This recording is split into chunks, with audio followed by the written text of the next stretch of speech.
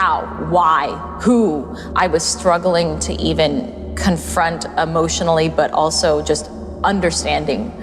But you're kissing your boyfriend. He kissed me because I was outside in that courtyard and I was standing there looking lost, and he felt bad for me.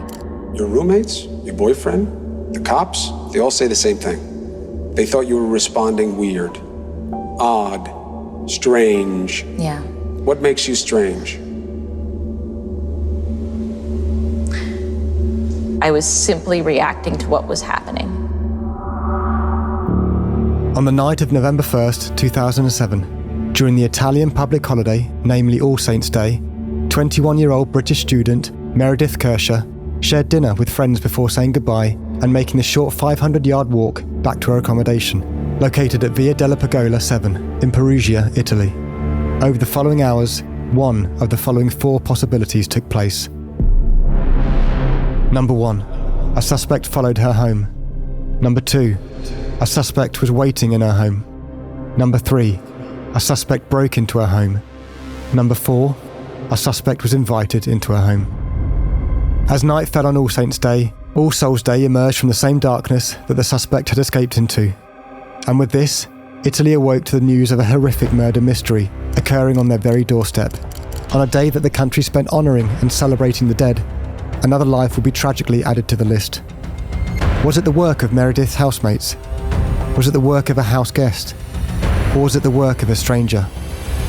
From this point onwards, all fingers point towards Who is Amanda Knox? Amanda Knox.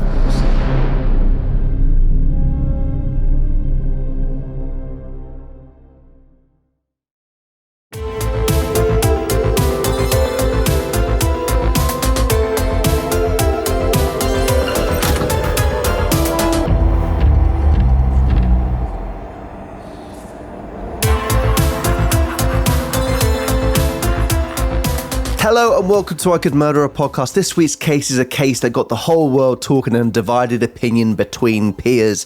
Ben Carter, how are you doing today, sir?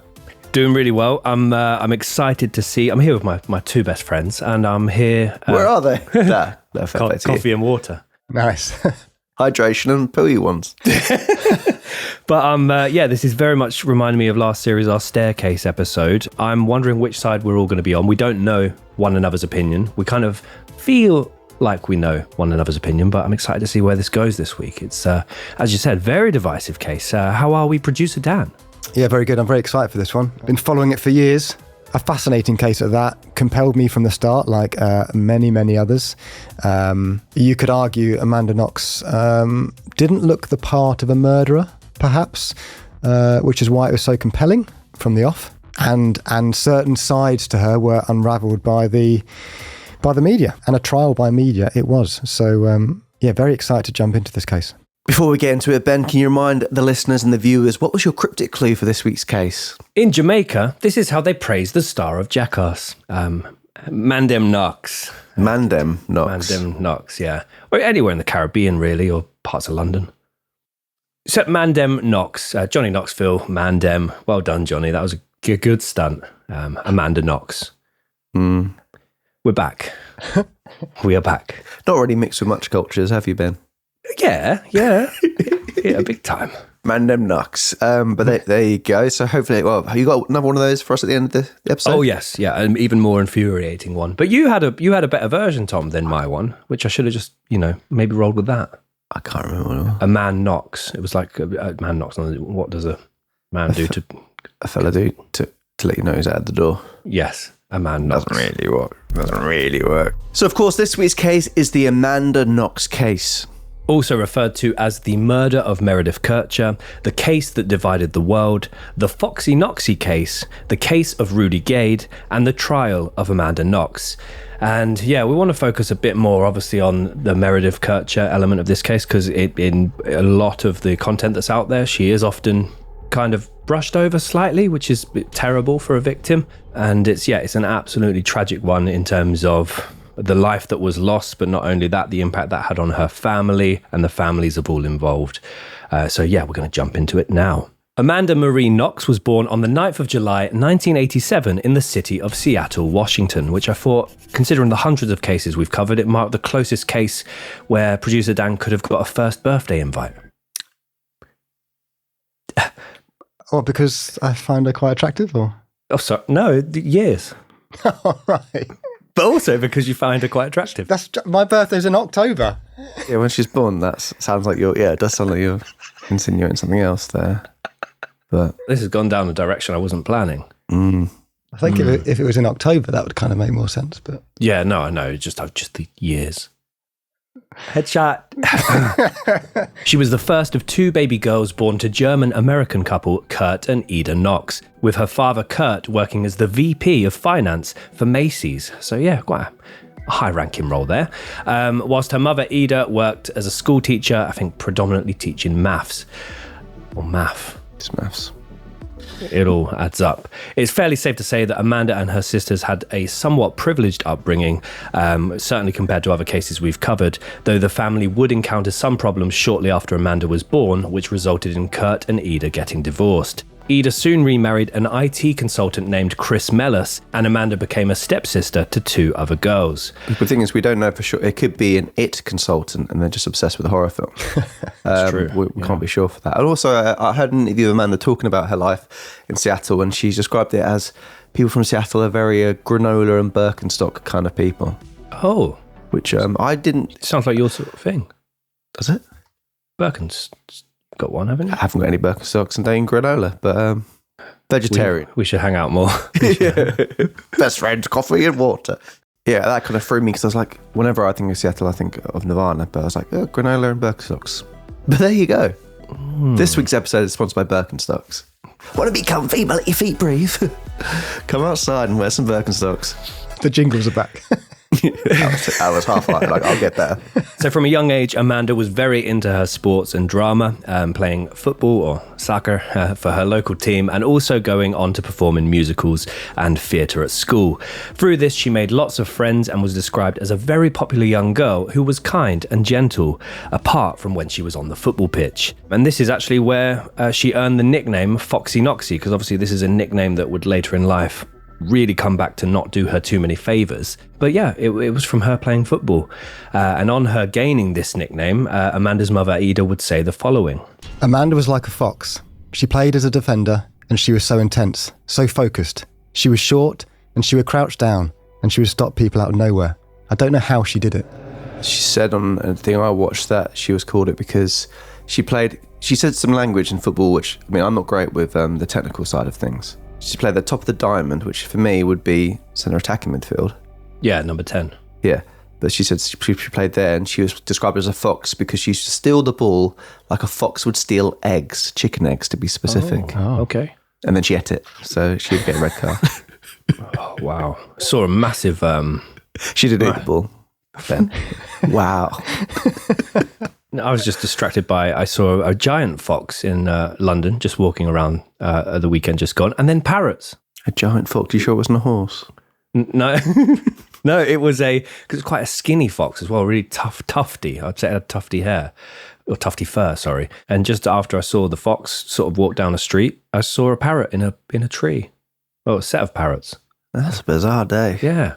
I wasn't in a zoo or anything. It was just casual. To be honest, there are quite a lot of parrots floating around London. Yeah. There was 2 on So's fight night. Lucky 2 parrots. Have you ever heard a fox making love? No. Is it a horrible screech? It is honestly a horrible screech, yeah. It does sound like a crime is happening nearby. Are they the ones with the odd. corkscrew penis? Or was that a pig? Oh. That's No, Ben. pigs with a tail, that's isn't it? pigs, yeah. It's not Ben.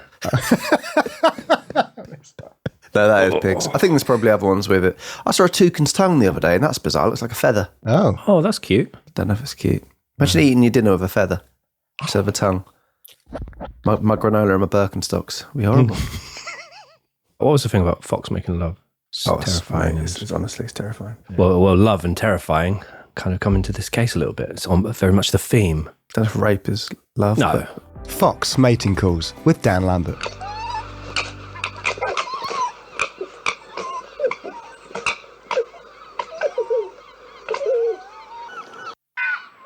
Seagull.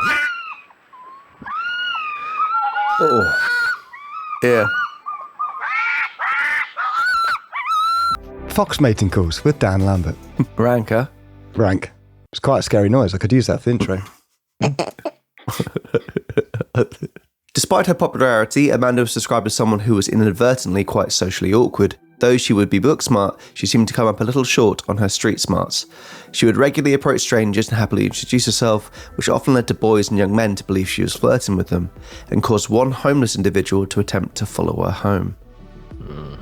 She often berated her younger sister for clothes she was wearing in front of all of her friends, and she misread social cues multiple times.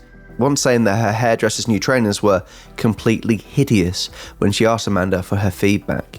But I think we all have someone in our lives a bit like that who maybe can't read the room quite and they say certain things. I want to talk about something later on from other interviews I've heard of her which have made me think certain things.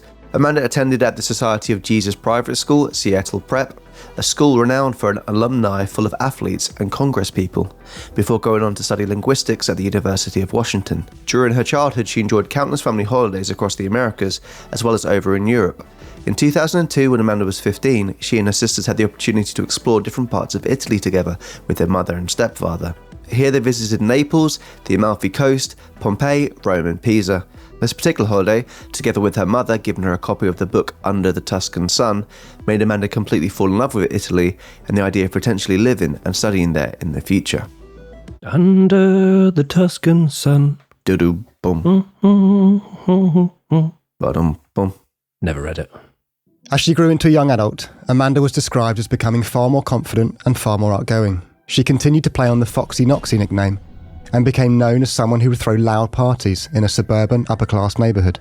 In 2007, when Amanda was 20, she made her family incredibly proud when she earned a place on the Dean's List at the University of Washington, during which time she started and had been working several different part-time jobs in order to fund her upcoming academic year abroad in Italy. Though he had only been in her life for a fairly short period of time in comparison to her biological father, her stepfather Chris claimed to have had serious reservations about her plans for travelling to Italy, because he had believed that Amanda was too naive, and that she had always tried to see the good in people. She loved languages, and was fluent in several. She wanted to add Italian. I was concerned about her going to Italy. I told Ida that Amanda was a little naive, and not so streetwise. Rather than going to Rome, or any of these places that are a little more tourist-friendly, she decided to go to Perugia. On top of that, she decided to go to the regular university there, not the university for foreigners. It was 100% immersion. Then, on top of that, she decided she didn't want to live in a dorm, but she was going to get a house off campus. I told her she wasn't ready for this kind of thing.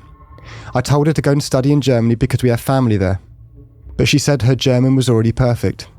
She was a fairly driven person when it comes to that kind of thing. She said, "No, I want this," and so she did it. I heard, again, like, not to keep harping back to an interview, or I basically listened to a podcast where Amanda was being interviewed, and obviously we did the research for this, lots of different sources, listened to lots of different things. There's a lot of contradictory things, or even just from the kind of basic information on the case. Like, I heard from what she said, she applied for both a summer to study in Italy as well as Germany, and it just so happened that she got in through to the Italy one first, so she made that decision. Okay.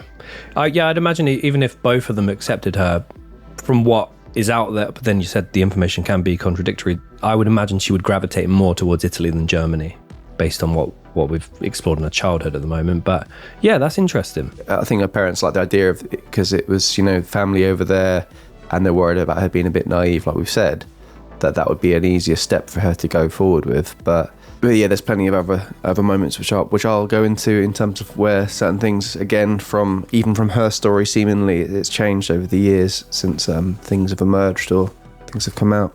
So I guess instead of Foxy Noxy, it could be contradictory Noxy. Yeah, not really, doesn't have the same ring. Really doesn't, like the opposite of that. Yeah. Okay. It could be convoluted Carter. Yeah, I've heard that before. Okay.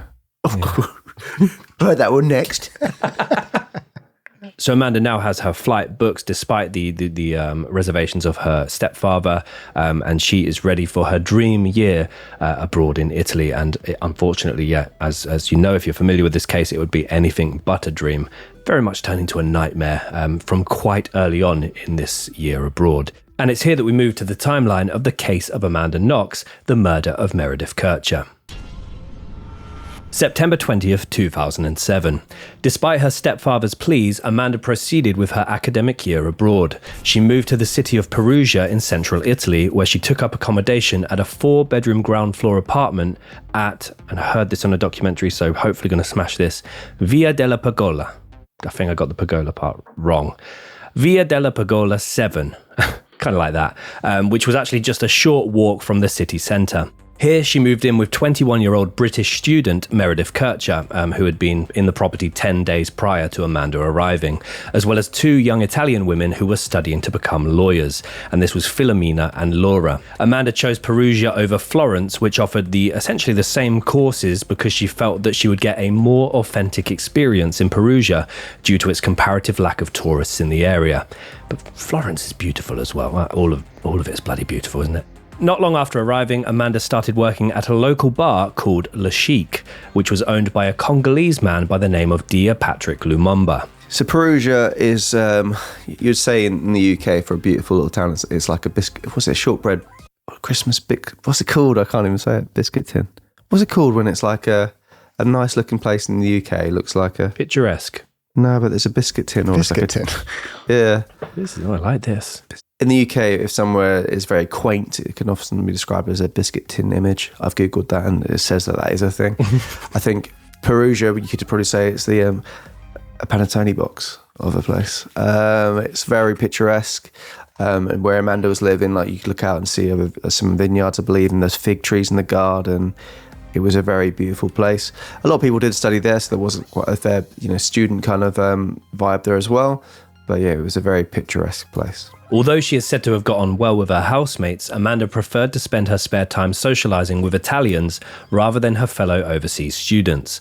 She would often go to restaurants and local cafes with her friends from work or customers that she had befriended, whilst Meredith would regularly socialise with other British, American and Canadian students in the neighbourhood.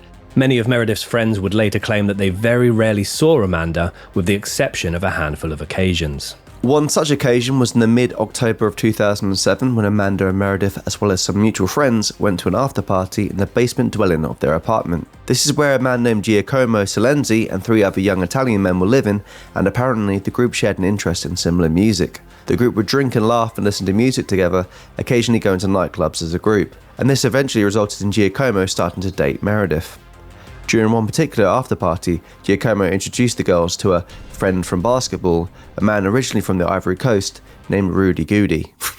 It's not Rudy, was it? A man originally from the Ivory Coast named Rudy Guede. From this moment onwards, Rudy would hang out at the apartment and allegedly occasionally stay overnight in the basement, whilst Giacomo would sleep upstairs in Meredith's room. October 25th, 2007, after attending the annual Euro Chocolate Festival with Meredith the previous week, Amanda goes to the local classical music concert together with Meredith and Giacomo. Here, she meets and falls head over heels for 23-year-old software engineering student Raffaele Solicito. From this point onwards, the pair became inseparable, with Amanda spending all her time with Raffaele, staying over at his apartment every night, which was just a 5-minute walk away from hers and Meredith's place. The pair experienced a whirlwind romance, spending their time drinking and smoking together, whilst exploring the city and making plans for other adventures. The happiness and pure infatuation between Amanda and Raffaele would be cut incredibly short. October 27th. On a separate note, Rudy, who had recently been introduced to Amanda and Meredith, was arrested in Milan after breaking into a nursery school late at night. Amongst a number of laptops he was trying to steal from the school, Rudy was found to be carrying an 11-inch knife, as well as a 16-inch serrated knife taken from the cafeteria. This was the third known break-in committed by Rudy since moving to Italy at the age of 4, but police suspect he had been responsible for dozens more. Rudy was later taken to a Milan police station where he was processed, accused of theft, receiving stolen goods, and in possession of a weapon. And he was also fingerprinted and then released. Both of these elements would prove to be crucial later on, and fatal. November 1st, All Saints' Day. As this was a well-celebrated Italian public holiday, all of the Italians within the Via Della Pergola 7 had returned to their families. This left the entire apartment building largely empty, with the exception of Meredith living there and some very brief visits from Amanda, who was predominantly staying at Raffaele's place. On this particular day, Meredith spent her time visiting other English friends in the area. where she was then invited to watch films and have dinner with them at a house. Like Raffaelle's, just a short distance away from the apartment. Amanda, meanwhile, spent her night at Raffaelle's place. At 8:45 p.m, Meredith said goodbye to her friends and made the 500-yard journey back towards her apartment. As this was towards the end of autumn in Italy, the sun had set more than 3 hours earlier. She made her way through the darkness before joining the lamppost-lit street of her apartment.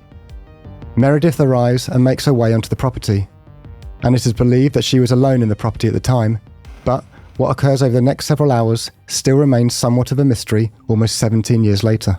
The morning of November 2nd, All Souls Day. So a note to make on Meredith, she typically called her mother at least once per day. She was very regularly in touch with her family whilst she was abroad. She was a London girl from an extremely close and supportive family. And just like Amanda, she had fallen in love with Italy at the age of 15 after going on a school exchange trip. On this particular day, no call would come to the Kercher family. During the late morning, having just spent the night at Raffaelle's place, Amanda Knox arrives back at Via Della Pergola 7, where she becomes distraught at the sight of the front door of the apartment being wide open. And yeah, I mean, looking at evidence videos of this, it appeared not just to be left open, it appeared to have been bust at the latch, which I never noticed that the first time I heard about this case. But the actual latch is, there's pieces of wood like split into the latch. Yeah, I've heard numerous things on this as well. Like I've heard apparently the door was a bit dodgy, so she wasn't sure if it was just, someone tried to shut it and the lock didn't work and it kind of swung open. She thought, oh, maybe someone had put the bins out, but the police were a bit curious about that because the bins were clearly not out. So yeah, the door's always been a little bit of a, pardon the pun, a sticking point. Despite this, Amanda makes her way into the apartment and begins to call out for Meredith. But she notices that her bedroom door is shut, so she presumes that she's still in there and she's sleeping. Amanda then proceeds to brush her teeth and take a shower in the bathroom that she shares together with Meredith. In the bathroom, Amanda notices droplets of blood on the floor and in the sink, as well as a bloody footprint on the bathroom shower mat. Despite this, she continues with her morning routine. She heads to a separate bathroom, which is shared by the two Italian girls staying at the property, where she then begins to blow dry her hair. This is where, for Amanda, she, despite the other signs that some people may consider quite concerning, this is where she gets really creeped out. So in the toilet within the bathroom shared by her two Italian housemates, she notices feces had been left unflushed, and remembered that both the girls are away with their families to celebrate the holidays. So yeah, this is where she feels that there's either someone else in the house. Panic starts to set in here, but still, I wouldn't say complete panic mode has been activated. So just to mention, to touch on the reason why maybe she didn't, people would be hearing this and think, surely the blood, you would start being really panicky. So the night before was Halloween. Meredith did dress up as a vampire with fake blood and stuff on her face. So it's not out this world to think that could be just fake blood. And Amanda said before that she said that she thought that as well. It could be menstrual blood on the carpet. And Amanda recently had her ears pierced. So again, she thought that it could be blood from that, or she initially thought that it was her gums bleeding after brushing her teeth. So I can see that sometimes makes people go, oh, surely that you would be panicking. But if you're in hindsight, yes, you would go, oh, why? But if you're in the moment, you don't immediately assume, oh, there must be something wrong in the house. Something bad has happened. Yeah, and to be fair, I didn't know about the Halloween element, and straight away that for me kind of adds up. Vampires notoriously bloody. And the droplets aren't significant droplets either. They are very sort of, you could imagine if someone cut themselves shaving or any of those other options that Amanda gave. The one bit that I found the creepiest... But would a girl be shaving over the sink? No, but there were guys kind of, Giacomo came up and stayed there. Maybe he had a little... Notoriously beardy. Yeah, Giacomo loved a beard, especially in winter. But no, well, that's a good point. But the droplets wouldn't concern me. What would concern me is the footprint. The footprint, the bloody footprint. To me, that is a bit. Oh, okay. She's not. That would be for me panic mode setting. Yeah, I think she would believe that Meredith might have just had a bit of an accident in there, and she walked through and she hadn't cleaned it up yet. So yeah. I can kind of see from both perspectives there. Any thoughts, producer Dan, on what you would do in a situation like that? Flush the toilet. No, I completely agree. Like you said, Tom, in hindsight, it's quite easy to assign a blood to a murder, but it's day to day. Could be anything. Yeah, there's no. Here's the thing as well. I definitely would be flushing that toilet straight away out of anger. Yeah. I wouldn't leave it. No. Do you know what I mean? Yeah, and that wouldn't freak me out because I would just assume that someone's being lazy. People, either lazy or just done something, got distracted and left it. That wouldn't creep me out. It would just annoy me. Got distracted. Yeah. Like a doorbell goes off. I mean, I haven't seen the pictures of it, Ben, but we're not going to go into this properly. But I haven't seen pictures. I saw a video. Is that better? Yeah, well, not better. It's probably the same sort of thing, but it's sort of the camera gradually appears over the. Was it just the shit bowl. in there? It's just one kind of, I would say, sort of average-looking shit. Where's the toilet paper? Below the shit. So it's actually So the disgusting part is the bit of shit is hanging above water level. It's like, it's not great. So he wiped his ass, then shit. I think he shat, then wiped his ass, but the classic, whoever did. But it was the from what I recall, the poo was sort of sat there on the perimeter of the bowl, whereas the tissue was in the water. Sort of Love you trying to say that in a slightly smart way and use the word the poo. But anyway, that's enough about the shit. But I can kind of see people use this to kind of condemn Amanda. I don't think it's quite as cut and dry as that. And to be fair, without the forensic footage of they really zoom in on the latch of this front door where you can see splints of wood. If, as you say, that was typically left open or was difficult to shut, that also adds up. So, yeah, I think we're all in agreement here. Despite all of this, Amanda returned to Raffaelle's place, where she informed him of what she found at her apartment. She expresses concern for Meredith, and so she begins to call her from her mobile. Unsurprisingly, and increasing Amanda's concern, Meredith does not answer. Amanda then calls her Italian housemate, Filomena, and, in a frantic mixture of Italian and English, expresses her fears that something has happened to Meredith. Filomena then tries to reassure Amanda and informs her that she is heading back to Perugia. At this point, Raffaele suggests the pair go back to investigate the apartment further. So Filomena was away with her boyfriend as well. Same situation as Amanda. She was away for the night, which was quite a regular occurrence. So, the household was empty, apart from Meredith at this, in theory. The pair arrive at Via Della Pergola 7 and begin calling out for Meredith and knocking on her door. As more of their shouts go unanswered, more panic begins to set in. Raffaele then notices the broken glass window in Filomena's bedroom. The pair then attempt to knock down Meredith's bedroom door, but only manage to damage it rather than open it. Amanda then calls her mother back in America, who advises her to call the local police. Raffaele and Amanda then both wait outside the apartment, whilst Raffaele calls his sister, who was a police lieutenant. She advises him to call 112, which is the Carabinieri, one of Italy's law enforcement agencies. Raffaele makes the call and is recorded telling operators that there had been a break-in, but nothing had been taken from the apartment. And the emergency he was reporting was that Meredith's door was locked. She was not answering calls to her phone, and there was numerous bloodstains. Yeah, there's that call is in the Netflix documentary, and he doesn't express clear concern that maybe she's been harmed or something like that. He explains the house has been broken into, there's a mess, we're not sure if anything's been taken, but we are also growing concerned. So it's quite a calm call for the situation, I would say. Again, I think because break-ins happen, I'm not sure if it's a high crime area in that instance in terms of break-ins and stuff, but if someone's door's locked, I assume that they've left the house and locked it. I don't assume that something's happened to them, they've been locked inside there, because I just think that's an extra step. That if someone was, so I don't know, like I can understand from their perspective as well. Like Raffaele and Amanda had planned for that weekend, like it's basically like a date weekend. They had lots of things they were planning to do together. So, and I know it might sound weird, but if you're in his shoes, he's probably I just want to get this sorted so we can go and do our thing, because he's probably just thinking it's just someone's broken in, trying to find something and they've left. Let's just get this sorted, and he's probably not as frantic about it. Yeah, I've never considered that whole she's just out thing. I don't know, maybe there were signs of her shoes at the door, or I don't know. I think her locking the door wasn't a thing that she would regularly do, so that could perhaps, but at the same time it's like, it wouldn't be such a red flag to me. Yeah. But then I guess if you add all the things together, bits of blood, the poop in the toilet and the locked door, you might go, oh. Yeah, I never thought about that, because it was obviously the public holiday. She could definitely, easily have gone away, gone back home or anything like that. So, interesting. Police telecommunicators arrive at the property, but are reluctant to kick Meredith's bedroom door down due to the risk of damaging private property. Instead, they focus on returning Meredith's phone, which of course she wasn't answering, as it had been handed in to them as abandoned property.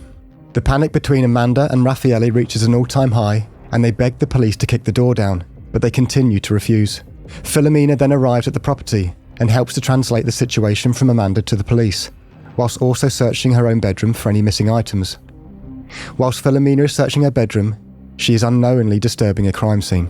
So, yeah, just a note on the phone. So basically, a couple of phones had been found at the bottom of a garden by a nearby neighbour, and the person living there had heard the phones ringing, found them, and basically reported them to the police. This is one of the things I was saying earlier about conflicting information from this, is Amanda said at one point she was ringing them, trying to find out where Meredith was, whereas the phone logs actually show she'd ring for a fairly short period of time, then hang up, which...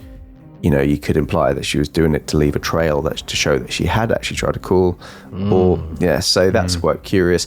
At first, when the police arrived, they were looking for Philomena because the phones were registered to her, and Amanda could understand because she's like, no, I was ringing Meredith. And basically, Philomena had given some phone card, like a SIM card, that was hers, to Meredith to help her save some money when making international calls, etc. So the police were had to take a little while to figure that out. And also, Amanda has said that when they got there, Raffaele tried to open the door with force, but he couldn't get through. Police were very tentative about trying to break into that room. It might not surprise you, when I first started working in sales all those years ago, I did the similar thing with the dials when I was making cold calls. I was like, ring 3 times. They didn't answer. Sorry, I'll move on to the next person. They didn't answer. Sorry. How many calls you made today, Ben? Loads. They just, no one's home. But even that goes, why would someone dump the phones? If they're taking them, why would they dump them at such a close property nearby? If they were taking them in the first place, why aren't they taking them in order to sell them? But yeah, it's a curious one. Philomena then calls a friend who arrives at the apartment and kicks down Meredith's door. So Philomena was very much, she's like, open, you just need to get this door open. And she basically was like, sod the police, we're going to get someone down here to actually do it. And yeah, when they get this door down, the sight they see is a scene that's going to change the lives of a lot of people from this moment onwards. So the group freeze at the sight of Meredith's partially covered body laying on her bedroom floor in a pool of her own blood. She had been stabbed to death with multiple stab wounds to her chest, hands and neck. She had an incredibly deep cut to her throat. As well as this, her body was coated with bruising. A pathologist will later confirm 7 separate stab injuries and 16 separate bruises, noting that Meredith had multiple bruises on her nose, nostrils, jaw, lips and mouth that were consistent with a hand being held over her mouth. She also had numerous bruises in her genital region. Their conclusion was that her death occurred as a result of blood loss caused by or during an attempt to immobilise her during a sexually violent attack. Meredith was just 21 years old at the time of her murder and had hopes of working as a journalist or working for the European Union. Yeah, so just to add to her the partially covered element of it, I mean, she's almost pretty much completely covered with the exception of one of her legs hanging out of a duvet. And the Italian, one of the lead prosecutors in this case, he's very prominent in this Netflix documentary, but he immediately from this says, the killer must be female because a male killer would never cover the body to hide a body or to not look at the body, whereas a female killer would show respect to the body and cover it, and therefore we know that this was the work of a female. But I don't think I'd ever heard of anything like that. Apparently it's quite common. I've heard of if you know the killer, if the killer knows the person, they'll show remorse and they basically will cover the body as a sign of like remorse. That's a common thing. I've never heard it being attributed to a gender rather than. Yeah. So from that moment on, this would play also a key part in their investigation. There's a lot of that in this case. Square pegs, round holes, but in making things fit in order just to fit in gender, which, I mean, as we said at the beginning of the case, we might not agree with between us three, so we're going to get into that later on. But there seems to be a lot of a certain narrative was set in a lot of the police's minds, and they'd do whatever they could in order to make that fit. So November 3rd through to November 5th, Italian detectives Monica Napoleoni and her superior Marco Chiacchiera immediately place Amanda Knox into their list of key suspects as they note her odd behaviour at the crime scene and also highlight her failure to call emergency services to raise the alarm immediately.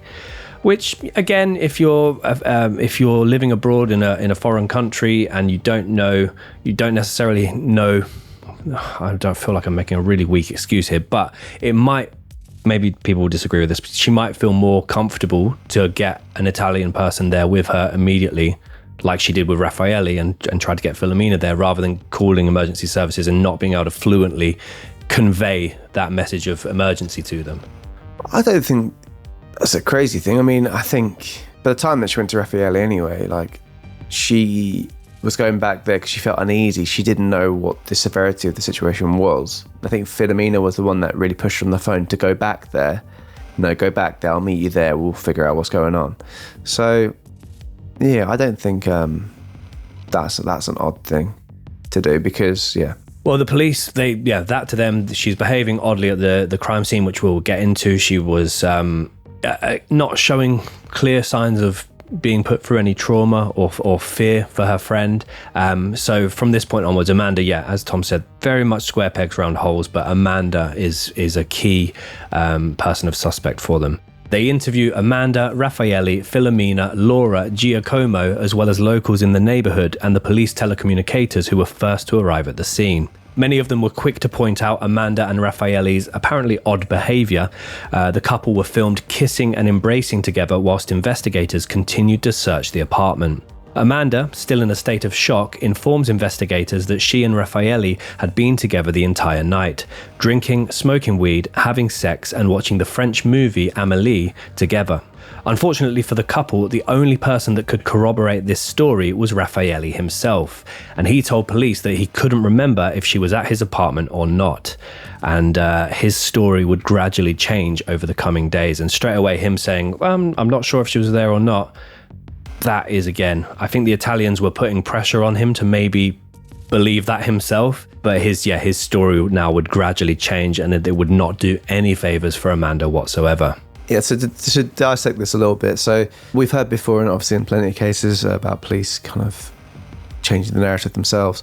I mean, someone not remembering the night before is baffling.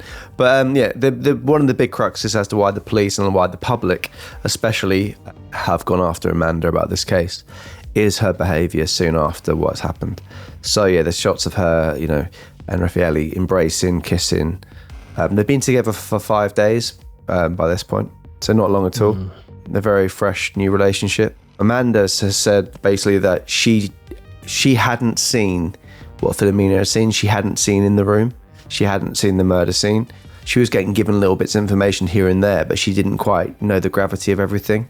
Like, she heard someone say about something about a leg, and she's like, what do you mean? So whose leg is it? Da-da-da. She heard something about a body being in a wardrobe, which was strange because that wasn't true. But yeah, she basically was saying she didn't know what was going on, and Raffaele is basically saying, don't worry, I've got you, and comforting her. The only thing I would say is Amanda was trying to still imply that she was panicking and didn't know what was going on.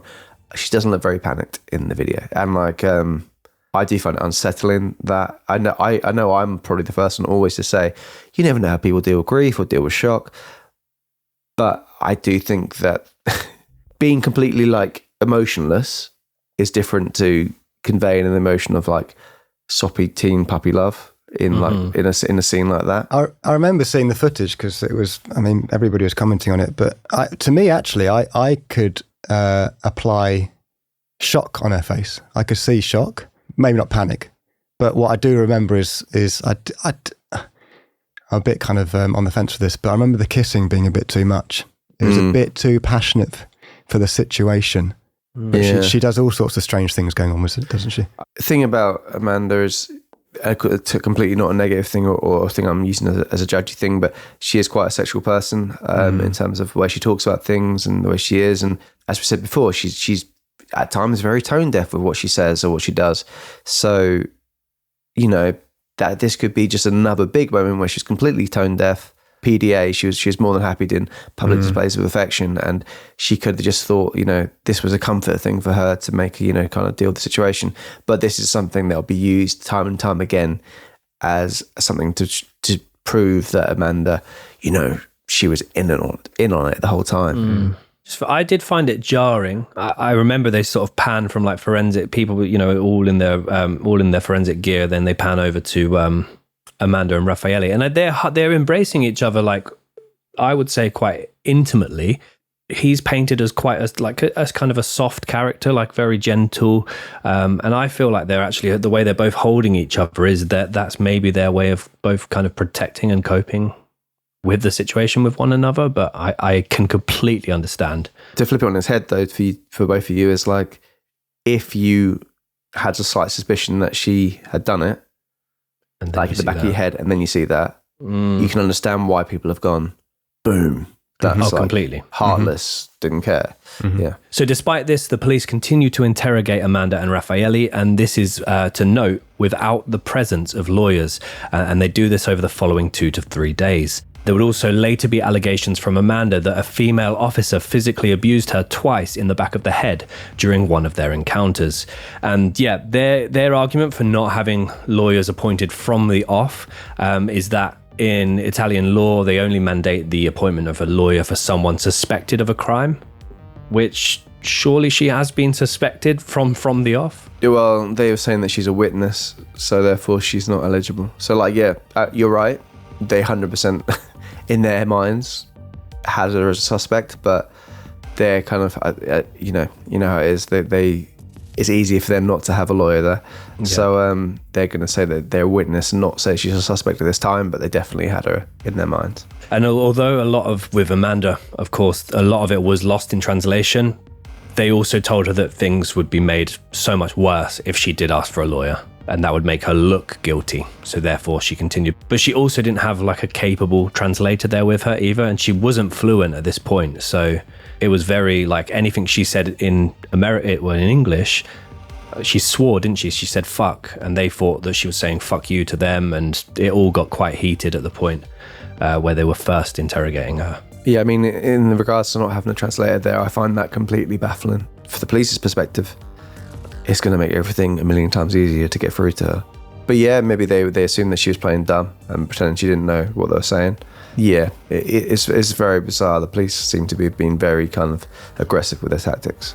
Yeah, definitely. So during this time, 2 of the lead investigators are believed to have been increasingly aggressive towards Amanda, with them openly stating their belief that the break-in element of the murder had been staged by someone who, quote, was known to Meredith, was sexually sadistic, and thought they were smart. A day later, Rudy Guede fled the city of Perugia. So another thing to note on the Filomena's room having the glass everywhere. Originally, it was believed that was the entry point, breaking the glass to get into the house through the window.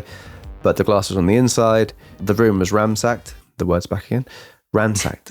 Perugia ransacker. There you go. So the room had already been gone through and everything was on the floor, and then the glass was on top of that. Therefore, that had happened after the fact. So it was another like tactic to try and make it, just trying to muddy the waters a little bit. November 6th. Amanda and Raffaele returned to the local police station where, after a huge amount of pressure and becoming emotionally and mentally exhausted, she signs a document deemed a confession.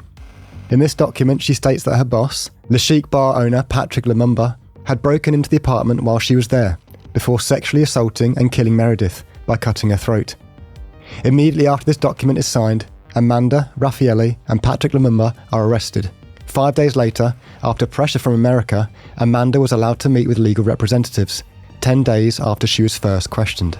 Yeah, so first of all, 10 days, that is absolutely wild. The other thing to point out here as well, the reason that Patrick had been implicated by Amanda is that there was a text message on her phone where they'd been texting one another. He had said, don't worry about coming into work tomorrow, obviously with it being a public holiday. She had replied, that's amazing, have a great weekend, see you later. But her phrasing of see you later was taken literally by the police, as in see you shortly. And that they then assumed that they met at the house where then the murder took place with Meredith. And from this point onwards, they start to bug both Raffaele's and Amanda's phones. So they will listen in on all the phone calls to and from the devices from this day onwards. And with Patrick Lumumba as well, they're trying to push the idea that Amanda was having an affair with him as well, and trying to push the idea of, really pushing the whole sexual, like she's a sexual deviant, she's got all these multiple things going on, which is the thing the press really took and ran with. This is one thing I've never quite understood though. Is this her clutching at straws or getting pressure from the police force just to assign a suspect? Why does she So she was in there for hours upon hours, not understanding what they were saying. They kept saying, well, maybe you can't remember, maybe this happened, maybe you're in such shock. And one of the police apparently said, yeah, I had a car accident once and I broke my leg and then I blacked out and I can't remember the whole thing, maybe that happened to you. And this was constantly going at her. Her mum apparently was flying over to meet her, and they weren't letting her speak to her mum. She had a mobile phone on the table, and the police weren't letting her talk to her mum. So they've been doing all these tactics to kind of really alienate her from the whole situation, and just kept pushing her, go, no, but maybe this did happen. Why didn't you say that? And the way that Amanda says the whole thing is essentially she was like, pushed and prodded and, not given a chance to think. And, even being shamed for things like when she first was questioned, she asked for some food because she'd been there for hours, and they're like, if you were really that caring about Meredith, you wouldn't even eat at a moment like this. They were saying she's doing these weird stretches, or weird, like poses, and like being flexible and doing this weird stuff in there as well. But she said she'd been sitting there for hours, and she did some like yoga poses just to alleviate the pain. And one of the police even asked her, how flexible are you? Can you do this? And she did it. So like the police seemed to be spinning it in their own way, and they wanted to kind of solve this case really quickly, obviously to alleviate any panic. I think she was just mentally battered at this point. So she just signed this document, and apparently the next morning she went to bed, and the next morning she woke up, she said, I want to recount that. I can't believe what I've done. I want to do something to say that I don't believe this is true. But the police were like, yeah. It's kind of like she signed it now. So yeah. But the other thing they were doing to her as well, because if she's obviously in that situation, no family over there, can't fully speak the language fluently, and they're telling her at the same time, Raffaele's turned on you and he's changed his story. She also, if she's exhausted to this point, might feel that this is, again, really horrible to say, but she might say, right, okay, in an exhausted state, I'm going to implicate Patrick. Obviously breaking her down gradually, then saying, the only person you love, the only person that's here with you has now fully changed his story and implicated you. You can understand how that would wear a person out and cause a lot of concern. Also, I mean, the fact, again, like she's only been with Raffaele 5 days, so she could be like, I thought I knew him and trusted him, and it's quite easy to spin in her head, like, you can't trust him, you can't trust anyone. November 19th. After an analysis of bloody fingerprints left at the crime scene, found in the duvet covering the body, police announced that Rudy Guede is an additional suspect in the murder of Meredith Kercher. At this point, Rudy is nowhere to be found, but is believed to be somewhere in Eastern Europe or Africa. November 20th. Patrick Lumumba is released 2 weeks after being arrested after numerous customers of his bar provided him with the alibi of working that night. And lead investigator Marco Cicciera dropped out of the case due to his decision that the arrests were premature. This left Monica Napoleoni to lead a case by herself for the first time in her career, and Amanda Knox claims that Monica had it out for her from the very beginning. On the same day, Rudy Guede was apprehended in Germany after being caught on a train without a ticket. Shortly before his arrest, he posted online that he knew he was a suspect and would prove his innocence. Rudy later changed his story to say that he was in the bathroom when another man killed Meredith.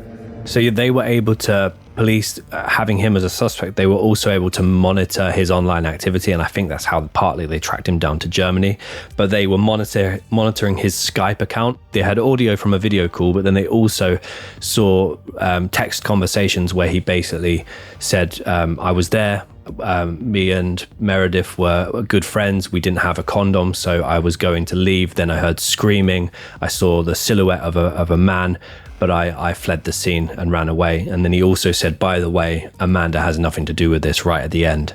So again, yeah, quite mixed information here at this point, and police still continue to pursue all three of them, so Amanda, Rudy and Raffaele at this point as the key suspects. So this is where I'm like, they've done post-mortem on Meredith, and it's revealed there's semen found inside of her, and from that they can rule out Raffaele, and now they've got a main suspect here. Isn't the idea we'll test him to see DNA wise, and then obviously work backwards and figure out with Amanda? But then if he said Amanda's not involved, then it's like, for me, why are they really pursuing Amanda still? They can't get her out of their heads for this, pursuing her in this whole situation. Amanda said before as well, like, why were they so adamant it was Amanda as well? Like, she was literally mirror image to Philomena, away for the night with a boyfriend, away for a night with a boyfriend. because she's American, they've gone for, no, it's going to be her. It's not Philomena. She's not a suspect. It's definitely Amanda. So we'll get into all of the cross-contamination of DNA as well, but they then searched, because I agree with you, they should have eliminated Raffaele from their list quite early on, but they searched his apartment and found a knife that apparently had Meredith's DNA on the knife, but this would later prove to have been cross-contaminated DNA. So, yeah, I can see this as being a big error, perhaps, depending on which way you sway on this case. Well, the thing as well, I'd say to you guys, like, obviously, maybe at the time, perhaps you'd remember it, but if before we started research for this case, would you have any... If I said Rudy Guede to you guys, would you know who the hell it was? No. And you'd know Amanda Knox. Which, that is, like, again... We'll go more into about it in the aftermath, but the fact that that isn't, it's bizarre. November 22nd, Amanda's signed confession document is somehow leaked to the Italian press. She immediately becomes public enemy number one, with many now believing that she was trying to frame Rudy just as she tried to frame Patrick Lumumba. At the same time, Amanda attempts to retract her confession, saying that she had been struck twice in the eye by a female officer and was scared for her life as well as mentally exhausted when she signed it. Despite this, the Supreme Court of Italy upholds the detention of Amanda, Raffaele and Rudy pending the trial. July 11th, 2008, prosecutors formally charge Amanda, Raffaele and Rudy with the sexual assault and murder of Meredith Kercher and orders their trials. Amanda and Raffaele are set to be tried together as Rudy opts for a special fast-track trial, which comes with a lighter maximum sentence. He indirectly implicated both Amanda and Raffaele in Meredith's murder. So I believe, if you basically are willing to say you are guilty and take responsibility, you can be fast-tracked with the trial, but if you're fighting against it, it's going to be a lot longer. So this is where his story, despite what he said in this Skype conversation, which was monitored, he now changes his story completely and says that he saw Amanda there, saw Raffaele there, and that obviously then puts huge amounts of pressure onto their trial, which is separate. But there's an interview with the lawyer of Rudy. People gave him a lot of criticism for saying that he's essentially told his client to plead guilty and take this fast track option, but he makes quite a few poignant remarks about America and that Italy had functional judicial systems whilst America was still painting buffaloes in caves. So he's very anti-American, but he said he makes a point about Rudy's sentence compared to what happens to Amanda and Raffaele, which I find quite interesting. From a moral standpoint, I find quite interesting. But that's the game, isn't it? That's the game. Game is game, Game knows game, yeah. Game recognises game, yeah. Game is game, yeah. Triple H is Triple H. October 18th, 2008, Rudy Guede was found guilty for the sexual assault and murder of Meredith Kercher. Though he claims the pair were having a consensual intimate relationship, his story changed numerous times to implicate other unknown males as well as Amanda and Raffaele in the murder. The latest multinational headline is that the murder was a drug-fueled sex game gone wrong. And yeah, the headlines throughout this case, journalists from all over the world, as Tom said, you don't remember Rudy from this case. Unfortunately, Meredith becomes a sort of a talking point in this case. Everything is about Amanda, and some of the headlines were very, very, incredibly negative, but also a lot of them I would consider slander in terms of what they were writing and calling Amanda. So this quote of it being a drug-fueled sex game gone wrong completely changes the tone of this case. I don't know the exact figure, but just on that point, Ben, so with the Daily Mail, I believe, over a 5-month period, I think Meredith's name was in the headline, I believe, about 20 times. I think Rudy was less than that. And I think Amanda was 120 times. Wow. Considering she's a suspect, proven, we'll go into it. That will sell more papers. Yeah, supposedly. Foxy Noxy, especially that phrase, Foxy Noxy, with her innocent name given to her about how she played soccer as a young girl, and I think I believe it was a MySpace name or something like that. They use that to go, no, we're going to make that now into a sexual thing. We're going to play the angle that this was some kind of demonic sex thing gone wrong. The thought of going, a young American woman, a young British woman, some sexual thing going on there, that's going to sell more newspapers, essentially. So for Rudy's part in taking this fast-track pleading guilty option, he is sentenced to serve 30 years in prison, though it is later reduced to just 16.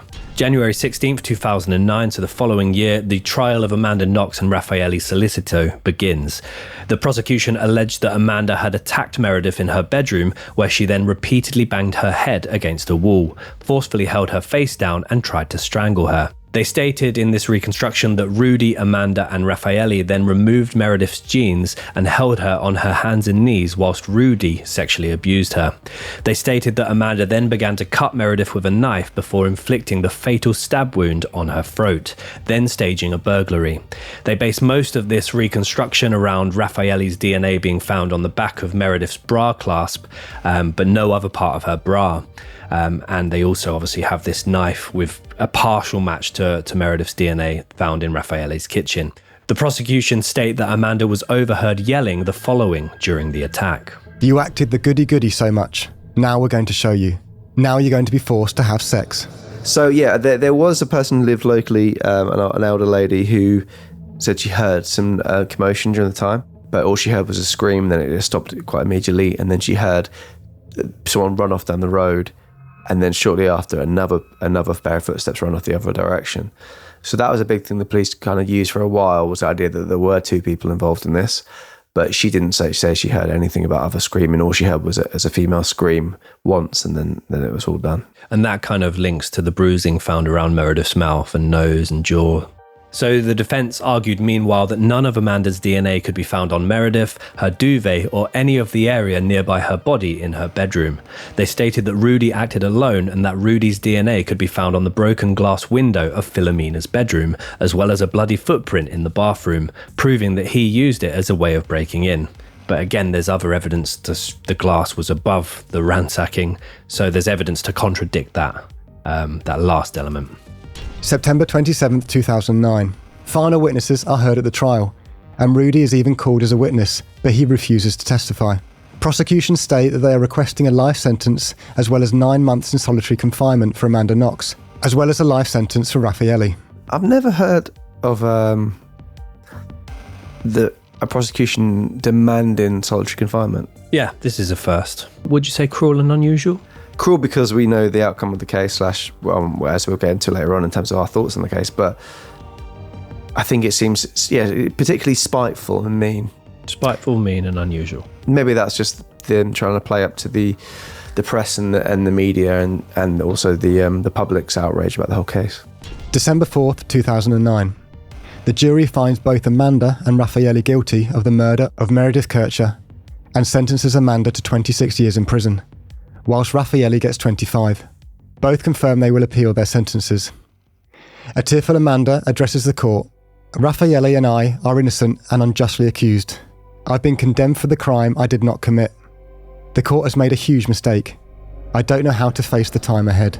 And as we're saying, with the evidence obviously found and Rudy, and it seems there's little things that, they're linked obviously to Amanda and Raffaele, but it just seems that they go, no, for the very beginning, no, this is what we think. We're going to stick with this, and we're going to, pursue this as the line of inquiry the whole time. I think as well, with the amount of media that had gathered now and the amount of pressure from not only locals but different countries, they were looking for swift justice rather than actually who legitimately acted in this crime. They were looking for a quick win. Definitely. And they've apparently got it. May 21st, 2011. A jury is selected and 2 judges are put in place for Amanda Knox and Raffaele Solicito. At around the same time, 2 prison inmates testified that Rudy had told them that Amanda Knox was not involved in the killing of Meredith. Prosecutors questioned the credibility of both the witnesses. So another thing to mention, so Amanda was keeping diaries during her time in prison here, and in some of her early entries, which were again somehow leaked to the press, she stated that the prison guards had convinced her that she had been infected with HIV and also had AIDS. When Amanda was put into prison, she was apparently put into, she said in her own words, basically like people who, drug addicts, people who had gone through a lot of trauma in their life, been abused, and she was put in there. She basically used the fact that she was able to read and write as kind of her currency within the prison, helping them write to family members, helping them do all these things.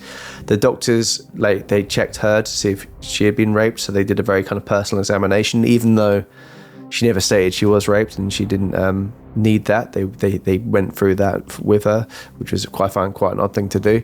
She even had a prison guard who was working there essentially try and get sexual favours from her, taking her in the room and talking to her one-on-one and basically asking her about her sexual history and past and trying to go there. I believe the reason they said they tried to convince her she had HIV was essentially they were saying they wanted to know about her previous sexual partners. So they're saying you need to inform them, you need to speak to them. So Amanda was writing her diary at the time, and she did try and remember who her sexual partners were. I think at the time as well, it was around 8 people. It wasn't like a huge list, which the press tried to say. It wasn't a huge number at all. And once she had written this down, basically when she left the cell one day, she came back, and then all of the things she had written had been taken away from her, from the police, had confiscated it, and they leaked it to the press, essentially, to be used as a stick to beat her. June 18th, 2011, forensic experts called in from Rome tell the court that DNA evidence linking Amanda and Raffaele to the alleged murder weapon and bra clasp is unreliable, thus meaning the evidence against them is flawed. It is also revealed that forensic investigators and numerous police officers maintained the crime scene and conducted their investigations poorly. Despite all of this, Judge Claudio Pratillo Hellman rejects a prosecution request for new DNA testing. Which, why would you deny that? I think maybe he's got a fear of public backlash from that, perhaps, if the pressure is that intense. But yeah, absolutely, should order a retrial from that. Ben, I think if you're a judge, you can't have an ego. Agreed. Or you shouldn't have an ego. Agreed again. But there you go. September 27th, 2011, Raffaele's lawyer, Giulia Bongiorno. Oh, nice name. Giulia Bongiorno, states that there is no physical evidence placing either Amanda or Raffaele at the scene of the crime. She also attacks the credibility of DNA evidence put forward by the prosecution. Gloves were not changed, evidence was contaminated, protective boots covered were not worn at all times, and a knife put forward as the murder weapon from Raffaele's kitchen had been cross-contaminated with different DNA.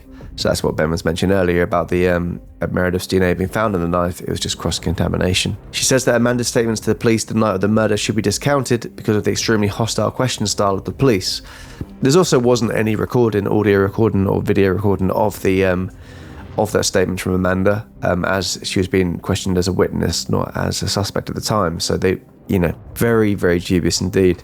So September 30th, 2011, Donald Trump tweets the following message in support of Amanda Knox, which I'm not sure if that would have helped her case or not. Please. Do an accent. No, impression, please. Impression. Everyone should boycott Italy if Amanda Knox is not freed. She is totally innocent. That's terrible then. I can't do it. Can you do Trump? I can't do Trump. It's really hard. Ben? We're going to build a wall. I don't know what he said. I don't think he knows what he said either. No, I go a bit gangster. Everybody should boycott Italy if Amanda Knox is not freed. She's only innocent. Yeah, it's good enough. I feel like he'd put a lot of emphasis on totally. She's totally innocent. Totally innocent. There we go. I can do the hands, I can't do the voice. But yeah, essentially calling for an entire country to be boycotted. A country very popular with tourists, if Amanda Knox is not freed. Shouldn't punish a whole country by a few cities' actions, Ben. Another thing I think I've always said. Put it on a t-shirt. I don't know about that. But if you do want a t-shirt, new t-shirts out on our merch store. Want to check it out? Dead Man's Lane. Designed by Phil Whitten. Is beautiful. There's also a poster. Why not get it? Brilliant. October 3rd, 2011. The 2009 murder conviction of Amanda Knox and Raffaele Solicito is overturned by the jury and the pair are acquitted. They are found to have been not proven guilty beyond a reasonable doubt. One of the prosecution's key witnesses, which was a homeless person, was proven to have been a heroin addict at the time who had suffered from a series of mental health issues, including hallucinations. On top of this, the judge in the 2009 trial had used the words probably a total of 39 times in his final report. Probably. I would be unnerved if they used it once. Yeah. But 39 times probably was used. accused. However, the judge states that Amanda remains guilty of slander against Patrick Lumumba and increases her 1-year sentence for this crime to 3 years and 11 days, which was the precise time she had spent in prison to date. So essentially he's saying, look, you're free to go, but we're still, there's no compensatory means for your 3 years and 11 days spent. We're going to sentence you. That makes up for your slander. That's like going to a mechanic and going, oh, I've overpaid you. He goes, actually, no, I did change the back left tyre as well because that was pretty damaged. You didn't take care of it. So we actually are even. As all appears, they are now free people. February 17th, 2012, Amanda returns to America where she signs a $4 million deal with HarperCollins to write a memoir about her case and experiences. And shortly after this, Netflix also reached out to her to agree a deal on a documentary. It is believed that, despite this, at the time, Amanda was still in debt as a result of her legal fees. March 26, 2013, the Italian Supreme Court rules that Amanda and Raffaele should stand trial yet again due to not ordering new DNA tests during the appeal hearing and by failing to give weight to circumstantial evidence in context. A second trial is now scheduled to go ahead with neither Raffaele or Amanda present. So basically, there's a lot of, I don't know, I again feel like there was backlash, but they're saying that actually before you were acquitted, we should have ordered a new DNA test. So we're going to do it all over again. So in the car mechanics world, Tom, what has just happened? They did all the work and they said, oh, actually the MOT was also due, so we're going to have to do the test again to make sure the car does pass. But because we didn't actually do that, which, yeah, it was on us, but you're still going to have to pay for it and you're still going to have to suffer the anxiety of not knowing what the MOT is going to come back and says. Spot on. So for any car people, enjoy. Brilliant. December 17th, 2013. Amanda's lawyers present a statement from Amanda in which she reasserts her innocence. I must repeat to you, I'm innocent. I did not rape. I did not steal. I did not kill Meredith. The second trial continues to be heard, with neither suspect present. And, shockingly, on the 30th of January 2014, Amanda and Raffaele were found guilty for a second time. This is put down to the acceptance in Rudy Guede's fast-track trial that he had not acted alone in Meredith's murder. The judges suggest a full clean-up of the apartment was conducted by an unknown party, removing any of Amanda and Raffaele's DNA as evidence. Amanda and Raffaele entered a final and ultimate appeal to the Italian Supreme Court. March 27, 2015. The Supreme Court concluded the Amanda Knox and Raffaele Solicito murder case was without foundation, had stunning flaws, and was based on a frantic search for blame, which definitively acquitted them of Meredith's murder. Amanda's defamation conviction was still upheld, but the 3-year sentence for this was deemed served based on the time she had already spent in Italian prisons. January 24, 2019. The European Court of Human Rights orders Italy to pay Amanda just $20,800 for not providing her with a lawyer or translator when she was first detained. Not a great bit of compensation for 4 years of your life. No, I mean, obviously they're saying that her implying other people were involved in muddying the waters for the investigation is the reason she got that, which we all know is, making the numbers fit. November 12th, 2021. 13 years into his 30-year sentence, Rudy is released from prison. This received a great deal of scrutiny from Meredith's family, the British and American general public, as well as Amanda Knox. As recently as February of 2024, it's been revealed that one of his ex-girlfriends has since filed a restraining order against him after he allegedly physically abused her. He has since been placed under special surveillance for 12 months after the complaint was filed. He has used his Facebook page to say that he is a constant scapegoat and completely innocent. So we're going to finish our timeline here with a quote from Amanda. There are those who believe in my innocence, and there are those who believe in my guilt. There is no in between. And if I'm guilty, it means I'm the ultimate figure to fear, because I'm not the obvious one. But, on the other hand, if I'm innocent, it means that everyone is vulnerable, and that is everyone's nightmare. Either I am a psychopath in sheep's clothing, or I am you. Which is a powerful quote. Another one I heard from her, which I thought was interesting, is, will she always be known for something she didn't do rather than anything she achieves? Is what she kind of deals with now. Is like, am I only going to be the person that was wrongly convicted of this and people will still judge me for it? Or will I ever do anything in my life that's going to outweigh that? Which is quite a hard pill to swallow, I imagine. Definitely. Well, there have been some updates in the last few years. Tom, I think you'll like this because you're a fan of information regarding murder houses. If you go on Google Maps, you can drop yourself on a street view of the apartment where Meredith Kercher was murdered, and it's still standing to date. And it's a really jarring one to look at because although you associate it with the horrific images of the case and the tragic loss of life, it's still in such a beautiful location. So it's really... it's a weird one to look at. The house was put up for sale in 2015 by the original owners, but the people that purchased the house then, upon completing renovations, put it straight back on the market 3 years later in 2018 with the asking price of £260,000. The house in the advert was described as stunning and splendid, and it was sold as well. So yeah, it's currently being occupied. I don't think it's being rented out to anybody. Mm-hmm. Amanda has since married and had 2 children of her own with author husband Christopher Robinson, and this was obviously after returning to America. The couple have a boy and a girl. Amanda has worked as a journalist for the West Seattle Herald, the LA Times, the Atlantic, and the Independent, and also has been a regular spokesperson and activist for the Innocence Project. She currently hosts 2 podcasts, one called Labyrinth and one called The Truth About True Crime. She was also the host of the Scarlet Letter Reports video series on Facebook. I had a quick look as well. She's very, very active on Instagram, Twitter, still to date. And if you have got time, definitely go to her Twitter or X page because her pinned tweet is a thread about her experiences. And it's a really interesting insight. I would highly recommend reading that. I think in America, from what I can gather, she's not as demonized as she is in other places in the world. I think when she said when she returned to Seattle, they had welcome home signs, the local shop said welcome home Amanda and things like that. So they're very happy to have her back. But she obviously still gets people whispering and being quick to take a picture of her. She's enjoying herself in any public forum just to go oh, she can still do this and still enjoy her life whilst Meredith's dead, which must be incredibly hard, no way to be able to move on. I listened to her on the Call Me Daddy podcast where she was talking about things quite candidly. It's very interesting, and I think even today, I listened to that yesterday, I think my mind's changed a little bit since just doing the podcast with you boys in terms of thinking in certain ways about it. Obviously, we're going to dissect, I think, about how we all feel about the podcast anyway. But at the moment, I think I've gone now thinking that she's more tone deaf a lot of the time. She's saying things about, the host of Call Me Daddy basically said, what's your memories of Meredith?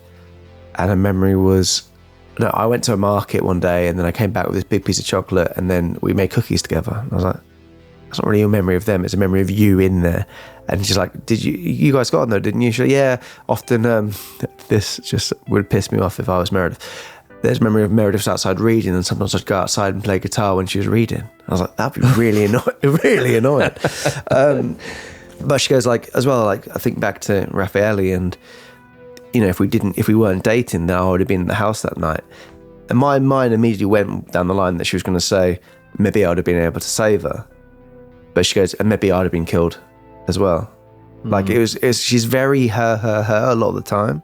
Yeah. And a lot of talking about herself being attractive and things like that. She seemed to bring that up quite a lot in her interviews about being sexualized, which she was sexualized 100% with a lot of the things and a lot of the reports. But yeah, I think I've gone now, rather than being she's cold and callous, to being a bit more she just sometimes is completely putting her foot in the mouth and just saying things without thinking it through or knowing how that could be perceived by other people. Yeah, I think I would completely agree with that. Some of the things even before she went to Italy from her childhood that she would do and the way she would behave. Again, very, very book smart, but maybe, not quite having the street smarts on her or reading people that well, reading the room that well. I think ultimately the Italian police and justice system were looking for a quick result. With a growing interest in the case, and that's why this has unfortunately happened. And the sad thing is, in every bit of content out there, Meredith often gets overlooked. And as Tom said, you don't think of Rudy, you don't think of Meredith, you don't think of Raffaele. Amanda is the go-to for this case.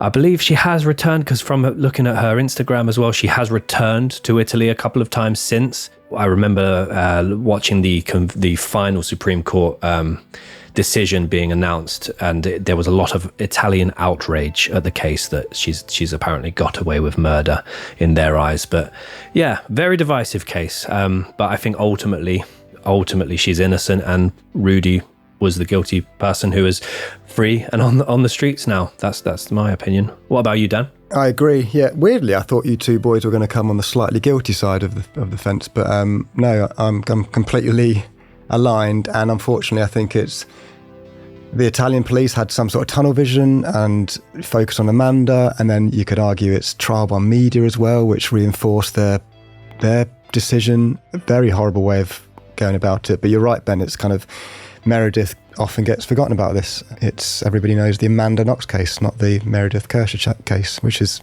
sad in itself. Yeah, not guilty for me. Yeah, I completely agree. I think if you look at the evidence on the whole thing, there's no way you can say, from my opinion anyway. I'm sure there's people out there who are screaming at us going, what about this? You didn't mention this.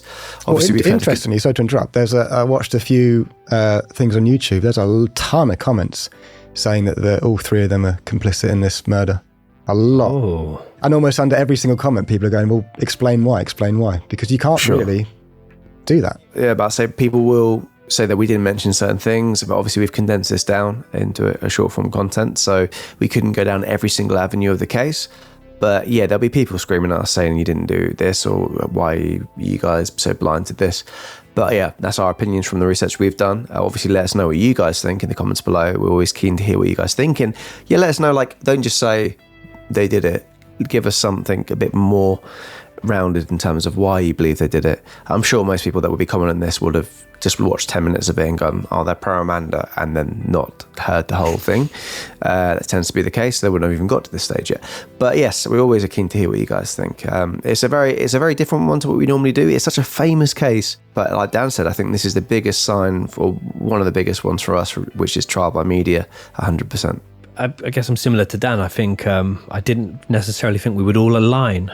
I think from doing the research, when I first heard of the case in real time, well, were we still at school then? I think we were ish. Me and Dan were. Yeah. But I remember straight away from the noise that the media were circulating back, I was like, oh yeah, she's guilty. But I completely agree. I think I have, even when we were about talking about doing this case, I had a distaste in my mouth towards Amanda before we even started it. Just because it shows the power of media, and the way things are thrown at you, and you might even not realise it. You're being brainwashed and made to think a certain way. And then doing this research again with kind of, maybe a bit more of a mature head on my shoulders, I feel like, again, just someone who maybe isn't as street smart with the way she words things and does things, and the way that she might appear by doing it. But at the end of the day, she's had her, obviously Meredith's family, our hearts go out to her, and obviously a horrible thing to have happened.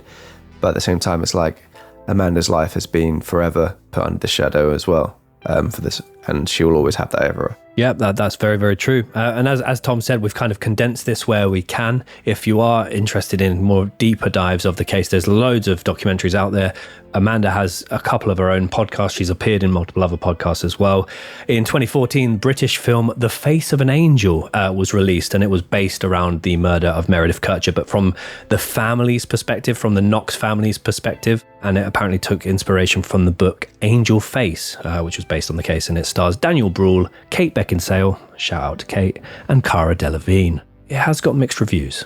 2016, the Netflix documentary, The Amanda Knox Case, came out as well, and it features one of the most irritating journalists I've ever observed, which is Nick Pisa, and he's basking in the fact that he got 40-odd front page stories from this case, and that they all found him an interesting character because he was a British journalist in Perugia, and he celebrates the story of this case, which I just found really uncomfortable.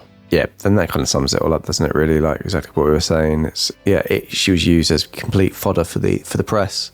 Yeah, trial by media is 100% what I think happened in this case. So that was the Amanda Knox case, or the Meredith Kercher case. We are going to be back next week with yet another episode. In the meantime, if you just can't wait until then, we have got a website which is full of extra episodes over there, around 170 at the time of recording. What have we done recently? Gosh, Sarah Boone, the suitcase murder, the Grizzly Man, Timothy Treadwell, Dan. We have done a few beheaded cases as well. Many beheadings. It's my thing, apparently. But we also, as Tom mentioned, we have a brand new line of merch, Dead Man's Lane, live now and readily available to get your mitts on. It is flying as well, so be quick. We will also be appearing at this year's CrimeCon event in London, which I believe is September the 21st. So please feel free to use our code ICMAP, ICMAP, at checkout to get an exclusive little discount on your tickets. And we can't wait to see people there as well. So that was the Amanda Knox case, the murder of Meredith Kercher. And Ben, are you able to give the audience a cryptic clue for next week's case? I certainly can. Benjamin Carter's cryptic clues. Everyone gather round for some clues that can be quite cryptic, but he's going to give them to you anyway. Hope you can figure them out. So this one, if last week pissed people off, which I'm sure it did, this one's probably going to piss people off even more. I have got two, so I'm just going to run them by Tom and Dan quickly, and we'll go with the probably the weaker one.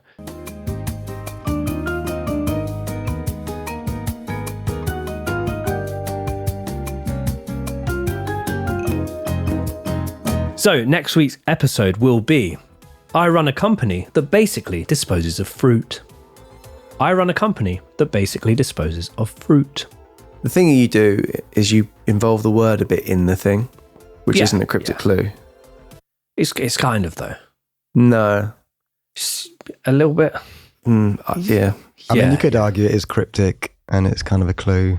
It kind of works, but I know what you're saying, Tom. Yeah, that's what we're looking for. Recommissioned for another series. Who commissioned it? Who signed off on that? Yes, that's cryptic as well. Yeah. But yes, let us know if you guys can figure out Ben's cryptic clues. Always interested to see if you guys are on the same page as Ben. But yes, we'll be back again next week with that case. Thanks so much for listening or watching. Don't forget to like and subscribe over on YouTube and follow us on socials. And if you listen to us on Spotify, give us a follow on there and give us a review. It helps more than you'll ever know. But until then, like we always say, we say this all the time. Keep doing what you're doing. Flush the toilet. Yep. Tissue on top. Cover it, then flush it. Don't cover it. Do what you need to do. And the vacuum of the tissue will sort of catch and flush. We'll decide that in our own time. Anyway, see you later. Super.